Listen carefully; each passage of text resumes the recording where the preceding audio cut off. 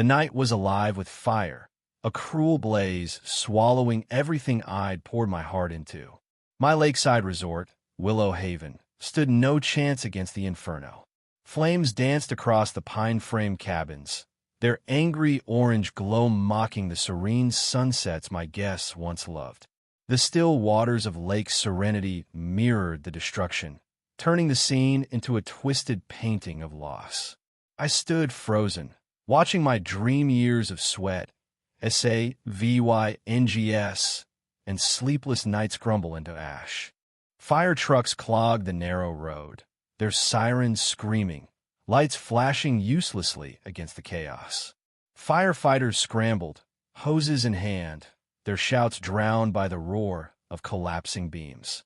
"Sir, you need to move back," one of them said, his hand firm but kind on my shoulder.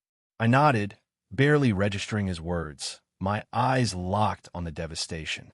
Through the thick smoke, I saw something that turned my shock to rage. The fire wasn't random. It had started in too many places at once, deliberate, calculated. This was no accident. And deep down, I knew exactly who'd done it. They called themselves the Crestwood Homeowners Association, a group of entitled elites who thought they owned not just their mansions, but the entire town of Serenity Pines. For months, they'd hounded me, demanding I bend to their whims. When I said no, it didn't just sulk they struck. My fists clenched, knuckles white, as I pictured their smug faces. They thought they could burn me out and walk away clean. What they didn't know was that their act of vengeance had just handed me the key to their downfall.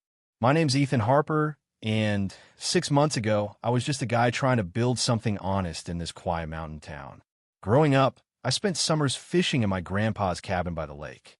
When he passed, he left me that cabin and 10 acres of prime lakefront land. It wasn't much to some, but to me, it was everything. I didn't want to slap up some tacky motel with neon signs. I dreamed of Willow Haven, 8 luxury cabins, sustainable, blending into the forest, with floor-to-ceiling windows and stone fireplaces where guests could sip coffee and watch eagles glide over the lake. It took 3 years, permits, planning, construction, but Willow Haven opened to a small crowd of locals, travel writers, and friends. I'll never forget standing on the lodge's terrace, watching the sunset turn the lake to gold, feeling like I'd finally done something right. "You've built something special, Ethan," my friend Clara, a travel blogger, said, her champagne glass raised. "This place is going to be a hit." She was right. Bookings flooded in, executives craving peace, writers chasing inspiration, couples escaping the grind. Willow Haven became the spot in Serenity Pines, and I should have known that kind of success would draw a VY purse. Trouble started with a letter, all fancy Crestwood HOA letterhead, demanding reciprocal agreements. They wanted special rates and guaranteed bookings for their residents, claiming my resort was ruining their lake VYUs and peaceful environment. The threat was clear: play ball, or they'd make my life hell with complaints about noise and traffic. I called their president, Vanessa Sterling, whose sugary voice barely hid her venom. "Ethan, I trust you got our letter," she purred. I told her straight. Willow Haven was booked solid, and I wasn't GIVYing her people special treatment. The sweetness vanished. "That's unfortunate," she said, her tone ice cold. "Regulations can be reinterpreted." I thought I could handle it. My land was zoned commercial, permits airtight, operations clean. But then the inspections hit. Health department, building codes, fire marshals, each one triggered by anonymous tips. My chef, a veteran with a spotless kitchen, was furious as inspectors tore through his domain. They found nothing, but the disruption spooked guests. Then came vandalism.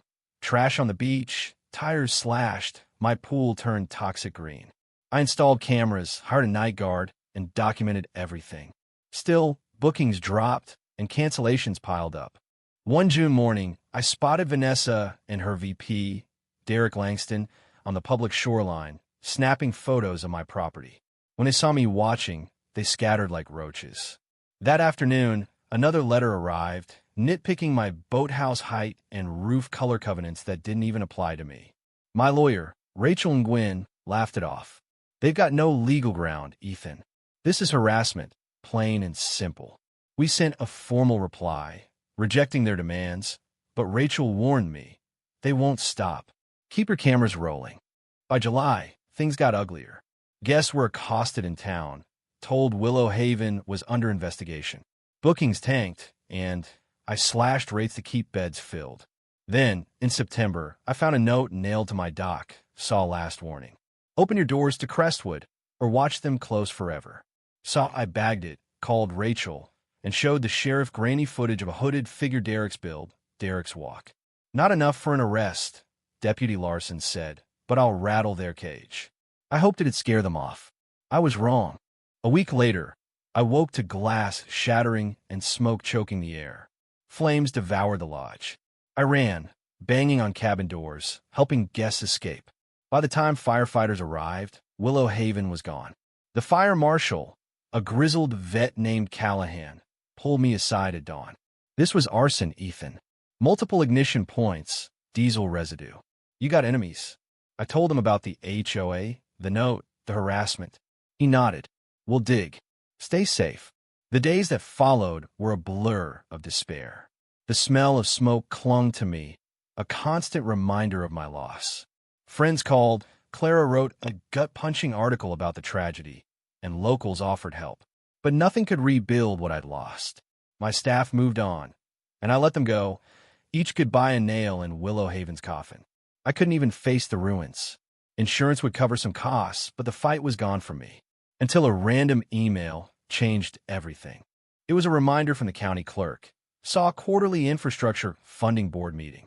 Voting members required. Saw 3 years ago, I joined the board of CIVYC duty when I was planning Willow Haven. I'd skipped meetings as construction took over, but my seat was still mine. And there, on the agenda, was item 7. Saw Crestwood HOA infrastructure grant renewal, due law $175,000. Saw my despair burned away, replaced by a razor-sharp plan. I could hit them where it hurt. Rachel came over, armed with takeout, and the fire marshal's report confirming arson. They're investigating Derek's SUV, she said. And Ethan, you're still on that board. You can block their funding. The HOA relied on that grant for roads, security, their precious gated entrance. Without it, they'd face massive homeowner fees or watch their perfect neighborhood crumble. I spent weeks digging into their finances, gathering EVY Denke, photos, footage, the note, witness statements. Rachel helped craft a statement calm, factual, lethal. The board meeting was electric. I arrived early, suited up, greeted by surprised board members. Terrible about your resort, Chairman Reynolds said. You rebuilding? I shrugged. We'll see. When Vanessa, Derek, and their treasurer, a twitchy guy named Carlson, walked in, Vanessa's smile faltered at the sight of me. Their presentation was slick slides of pristine streets. Happy residents, but Derek's hand shook. When Reynolds asked for questions, I struck. Ms. Sterling, can you explain your HOA's policy on harassing businesses that don't bow to your demands? The room went silent. Vanessa flushed. We maintain cordial relations with all properties. I didn't blink. Is filing false complaints cordial? Vandalizing pools? Leah VYing threats. Derek snapped. You've got no proof. I slid a folder across the table. Camera stills, the note, the fire marshal's report, a gas station receipt tying Derek to diesel fuel. Board members gasped as I passed out photos of Vanessa and Derek on my property, Carlson's car near the vandalized pool. I sealed it with the county rule, no funding for groups under criminal investigation. Vanessa sputtered, Derek paled, and Carlson looked ready to bolt. Reynolds, grim, confirmed with me. Is the HOA under investigation? I handed over the sheriff's letter. Active case. Arson, vandalism, threats. The vote was unanimous, funding denied. Vanessa hissed as she passed me. This isn't over. I leaned in. Get a lawyer, Vanessa. Arson's 5 years minimum. The fallout was swift. Derek was arrested, his confession dragging Vanessa and 2 others down. Crestwood imploded due lot 3,000 assessments per home, property values tanking, residents suing their own HOA. Meanwhile, my insurance settled and Serenity Pines rallied. The mayor, commissioner, and chamber president promised support. Free ads, road upgrades, fast-track permits. I hired a local contractor, a guy Crestwood had once snubbed, and his crew built with a vengeance.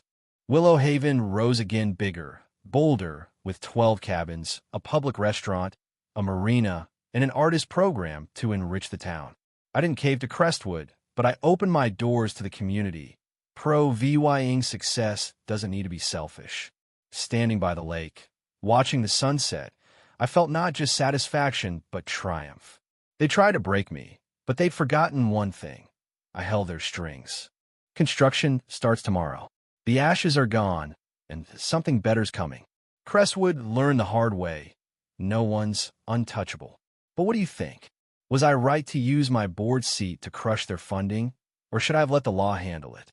Could I have saved Willow Haven if I'd compromised early? And what would you do if someone burned your dream to the ground?